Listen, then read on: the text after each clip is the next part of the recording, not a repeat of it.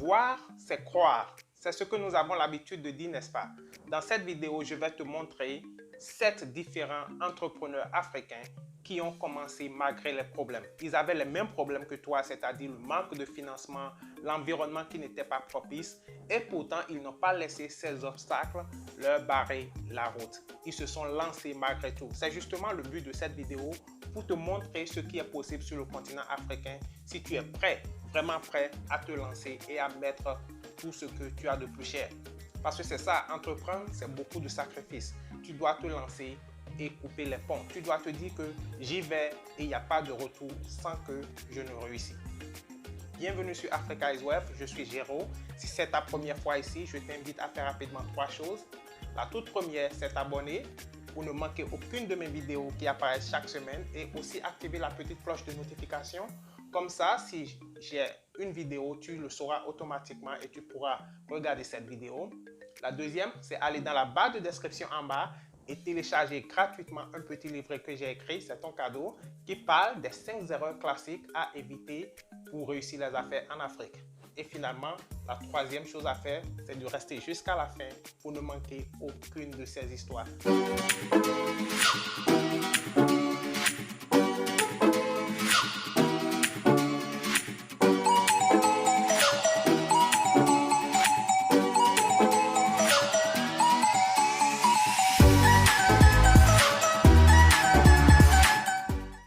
Qui sont donc ces 7 entrepreneurs au début étonnants dont je parlais tout à l'heure? Le premier que nous allons voir, c'est Fomba Traoré. Fomba, au départ, n'avait pas grand-chose. Il a décidé quand même de réussir contre vents et marées. En 1989, lorsqu'il quitte son pays, le Libéria, victime d'une guerre civile, il fait le choix de se réfugier en Gambie. 2 ans après, il retourne au Libéria. Avec 200 $, il décida de se lancer dans la vente de pantoufles en caoutchouc. Ce qu'il a fait, c'est qu'il a identifié un besoin sur le marché. Après la guerre, les gens n'avaient pas beaucoup de revenus pour s'acheter des chaussures qui coûtent. Il a identifié que les pantoufles en caoutchouc feraient donc l'affaire.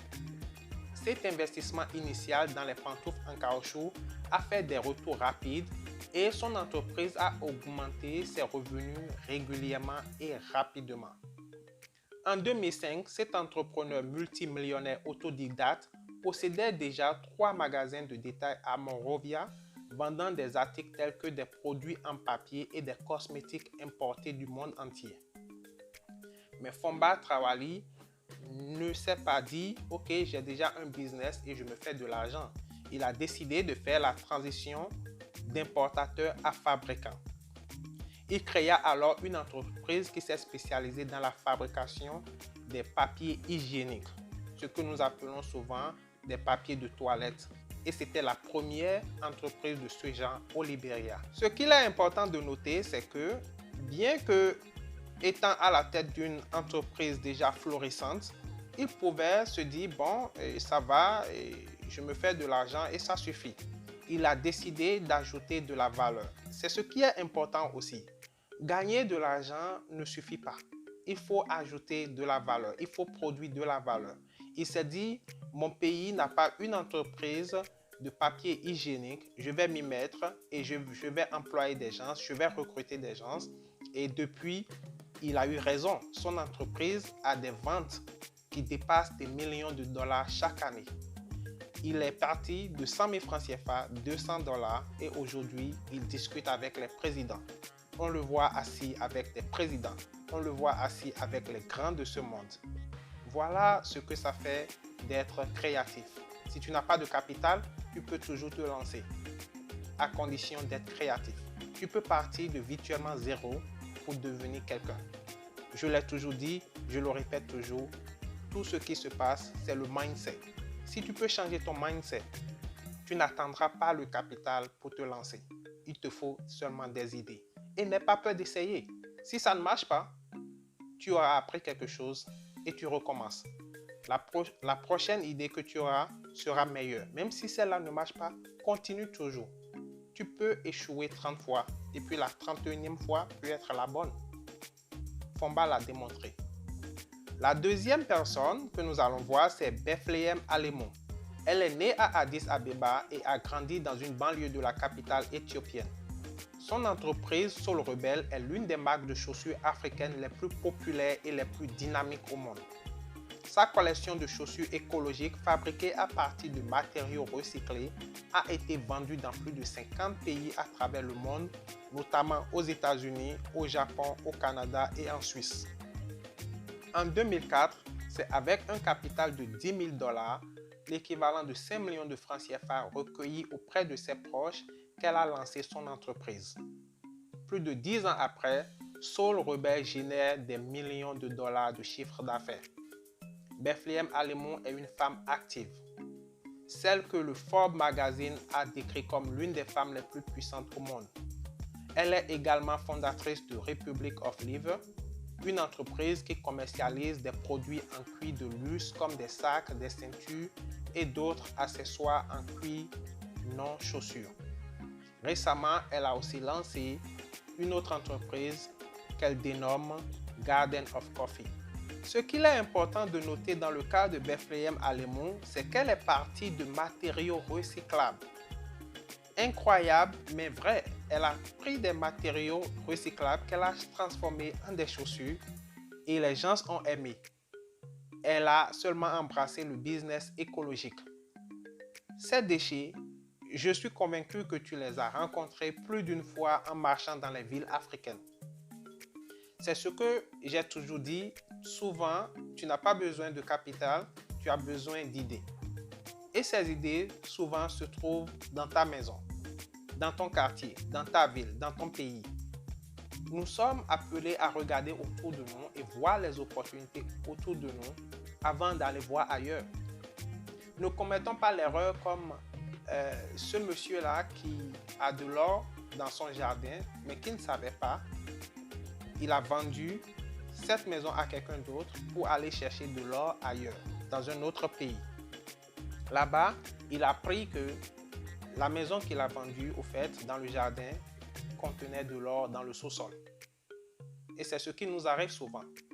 Ce qu'il nous faut pour réussir se trouve tout juste à côté de nous. C'est à 19 ans que Patrick Ngowi s'est lancé dans les affaires. Ce jeune Tanzanien vendait à l'époque des téléphones mobiles fabriqués en Chine. À ce jour, il possède l'une des sociétés d'énergie solaire les plus prospères d'Afrique de l'Est. Son entreprise, du nom de Helvetic Solar, a été lancée grâce à un prêt de 1 800 $, l'équivalent de 900 000 francs CFA, contracté chez ses proches qui l'ont d'ailleurs aidé à partir en Chine. Il y a 7 ans, le chiffre d'affaires de son entreprise dépassait les 5 millions de dollars et l'entreprise était évaluée à plus de 15 millions de dollars, c'est-à-dire environ 7 milliards de francs CFA. Présenté par Forbes comme l'un des jeunes millionnaires africains à suivre, Patrick Ngowi a également lancé sa fondation Lumière pour la vie qui s'investit dans la fourniture d'énergie renouvelable aux communautés. Son entreprise Helvetic Solar a déjà installé des milliers de petits systèmes solaires sur les toits en Tanzanie et dans d'autres pays d'Afrique de l'Est tels que le Rwanda, l'Ouganda, le Kenya et le Burundi. La question qu'il faut se poser est celle-ci. Comment partir de 900 000 francs CFA à 7 milliards de francs CFA? C'est une réponse qu'il faut trouver. Et je crois que tu peux découvrir cette réponse-là dans le parcours de Patrick Ngowi. Anna Fossa est l'un des éleveurs de porcs les plus prospères d'Afrique. Elle est souvent qualifiée à juste titre de fermière porcine célèbre. Cette Sud-Africaine a décidé en 2004 de construire sa ferme porcine à Soweto après avoir visité celle d'une de ses amies. Et c'est seulement avec 100 $, l'équivalent de 50 000 francs CFA et 4 petits cochons qu'elle a démarré ses activités. En 2008, elle a été engagée par Pick n Pay, le géant sud-africain des supermarchés, pour approvisionner leur magasin avec 10 porcs par semaine. Cette demande a rapidement augmenté à 20 porcs par semaine. En 2010, Pick n Pay a décidé de signer avec elle un contrat de 2,5 millions de dollars, soit plus d'1 milliard de francs CFA, pour fournir 100 porcs au cours des 5 prochaines années, ce qui a permis à Anna Fossa de se lancer. C'est justement avec ce contrat en main qu'elle a obtenu des prêts auprès des banques de la place pour acheter une propriété agricole de 350 hectares. À l'heure où je te parle, elle emploie des dizaines de personnes qui élèvent plus de 4000 porcs. La question qu'on peut toujours se poser, comment partir de 50 000 francs CFA à plus d'1 milliard de francs CFA? La réponse, elle est toute trouvée. Elle se trouve dans le parcours de Anna Fossa. Le cinquième entrepreneur sur notre liste, c'est Fred Digby. Fred Digby est le cerveau derrière Heal the World, une marque de chaussures de luxe entièrement fabriquée à la main par des artisans qualifiés au Ghana. C'est en 2011 que ce jeune Ghanéen a décidé de tout plaquer, de quitter son emploi de banque pour fonder son entreprise.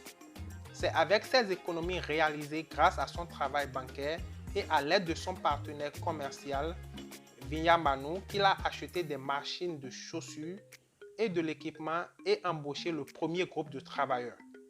Aujourd'hui, Heal the World propose une gamme impressionnante de chaussures, des chaussures Richelieu rétro aux mocassins élégants, en passant par des pantoufles élégantes et les Oxford accrocheurs. Qu'est-ce que cela nous montre? Cela nous montre que tu peux partir d'une filière et finir dans une autre. Voilà ce dont on parle, quelqu'un qui était à la banque, qui aujourd'hui est cordonnier. Il fabrique des chaussures. Et quand je dis cordonnier, ce n'est pas les cordonniers de rue. Il a utilisé l'intelligence. Il a monté une entreprise et il a embauché les cordonniers de la place pour tout simplement mettre en valeur lui ses idées. Lui, il a les idées, il a les designs, il a le style et il montre seulement ce qu'il veut et ces cordonniers-là lui fabriquent le dessin qu'il leur apporte. Et il est dans le business. Il a commencé avec de petites économies et le voilà aujourd'hui à la tête de Heal the World, une marque bien connue sur le plan international.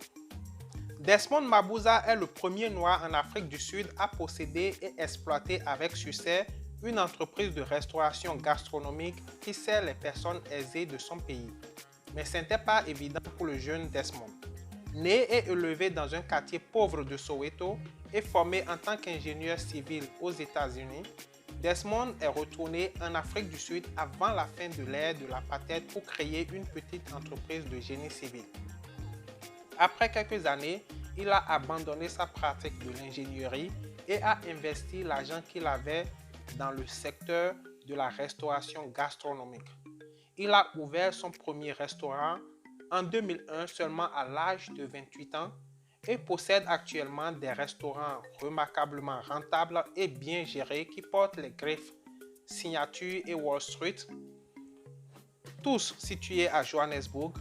Et il a également ouvert en 2014 un restaurant Signature à Abuja et envisage s'installer dans d'autres pays sur le continent africain. Voici une autre entrepreneur au début étonnant. En 2010, la Kenyan Lorna Ruto a quitté son emploi bancaire pour démarrer une activité de recyclage des déchets. Son entreprise EcoPost collecte et recycle des déchets plastiques en poteaux esthétiques, durables et respectueux de l'environnement, un matériau alternatif au bois. Grâce à ses efforts, elle a énormément contribué à la conservation des forêts et emploie des centaines de Kenyans et devrait créer plus de 100 000 nouveaux postes au cours des 15 prochaines années. Son activité et ses réalisations remarquables ont reçu l'appui financier des ONG internationales et locales. En 2010, elle a remporté un prix de 6 000 $, soit environ 3 millions de francs CFA, qui a servi de capital de démarrage pour son entreprise. La même année, elle a reçu un autre prix de 12 700 $, soit environ 6 millions de francs CFA. Elle a également remporté un concours de plan d'affaires où elle a reçu un prix de 12 000 $, soit environ 6 millions de francs CFA encore. Et finalement, elle a su attirer un investissement de près de 500 000 $, soit l'équivalent de 250 millions de francs CFA, ce qui lui a permis de se doter d'une grande usine de fabrication équipée de machines de recyclage de pointe. Je suis convaincu qu'à travers tes parcours dans les villes africaines, tu as marché plus d'une fois sur ces déchets, mais tu ne savais pas quoi en faire. Naruto a transformé ces déchets-là en de l'or. Elle a transformé ces déchets-là en de l'argent. C'est ce que j'ai dit au départ. Des fois, ce n'est pas le capital qui est important, mais beaucoup plus la créativité. Si tu peux être créatif, même sans capital, tu pourras te lancer. Nous voici donc à la fin de cette vidéo. J'espère que tu as aimé ces 7 parcours, les parcours de ces 7 entrepreneurs au début étonnant. Dis-moi dans les commentaires laquelle de ces histoires t'a inspiré. Je serai très ravi d'en savoir. C'est Géraud de Africa is Wealth et je compte bien sûr te retrouver dans la toute prochaine vidéo.